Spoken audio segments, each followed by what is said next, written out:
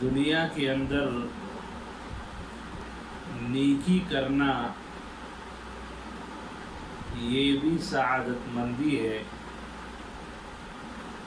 اور بہت بڑی سعادت ہے کہ اللہ جل شانہ انسان کو نیکی کرنے کی توفیق عطا فرمائے۔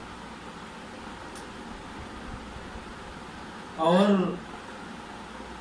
پھر اس سے بڑی سعادت یہ ہے کہ یہ نیکی کرنے کے بعد اپنے نیکی کو محفوظ کرے اور اس نیکی کو آخرت تک پہنچائے۔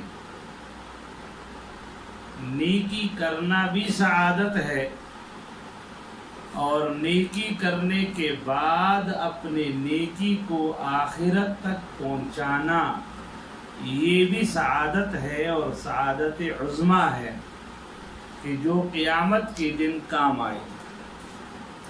اس کی مثال ایسی ہے جیسے ایک آدمی باہر کسی ملک میں کام کر رہا ہو، اب اگر وہ جو کچھ کمائے اور وہی لگائے تو کل کو جب وہاں سے آنا پڑے گا یہاں اپنے ملک میں، جب یہاں آ کر دیکھے گا تو میدان بالکل خالی ہوگا، اس کے پاس کچھ بھی نہیں ہوگا۔ کیا وجہ بنی؟ وجہ یہ بنی کہ جتنا کمایا اسی کو اسی ملک میں اڑایا۔ لہذا جب یہ اپنے وطن اصلی میں واپس آیا تو یہاں ان کے پاس نہ رہنے کے لیے مکان ہے، نہ کھانے کے لیے کھانا ہے، اور بالکل جو ہے زندگی گزارنے کی کوئی سہولت اور کوئی چیز ان کو میسر نہیں ہے۔ وجہ یہ ہے کہ یہ اپنے سرمایے کی حفاظت کر کے بچا کر اپنے ملک نہیں بیچ سکتے۔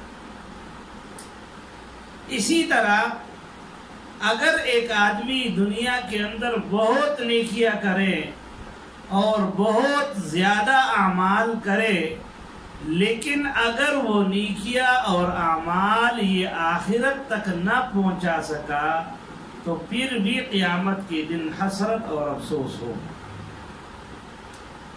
لہذا نیکیوں میں جو سب سے بڑی نیکی ہے وہ ایمان کی نیکی ہے، اور یہ نیکی آخرت تک پہنچانا اس قدر ضروری ہے کہ اگر یہ ایمان والی نیکی ہم آخرت تک پہنچا گئے تو پھر وہاں پر ہم نے جتنے نیکیاں کی ہے ان کا اجر بھی ملے گا، اور انبیاء کی سفارش اور شفاعت کی بھی ہم مستحق ہوں گے، اور اسی طرح علماء اور جو ہے یعنی حفاظ اور فرشتے اور عام مومنین کی شفاعت بھی ہمیں نفع دے گی، شرط یہ ہے کہ اگر ہم ایمان اس دنیا سے لے گئے۔ لہذا ایمان لانا بھی کمال ہے اور سعادت ہے، لیکن اپنے ایمان کو آخرت تک پہنچانا اور ایمان پر مرنا اس سے بڑی سعادت کی بات ہے۔ یہ بہت بڑی سعادت کی بات ہے کہ اللہ جل شانہ ایمان پر ہی موت عطا فرمائے۔ اس لیے قرآن میں اللہ نے فرمایا وَلَا تَمُوتُنَّ إِلَّا وَأَنْتُمْ مُسْلِمُونَ، مت مرو تم مگر اس حال میں کہ تم مسلمان ہو۔ تو مسلمان ہونے کی حالت میں مرنا اور ایمان دنیا سے لے کر جانا، یاد رکھیے یہ بہت بڑی نعمت ہے۔ آپ نے دنیا کے اندر جتنے نیکیاں کی ہے، یہ تمام نیکیاں تمہیں قیامت کے دن نفع تب دے گی جب آپ ایمان دنیا سے لے کر گئے ہو۔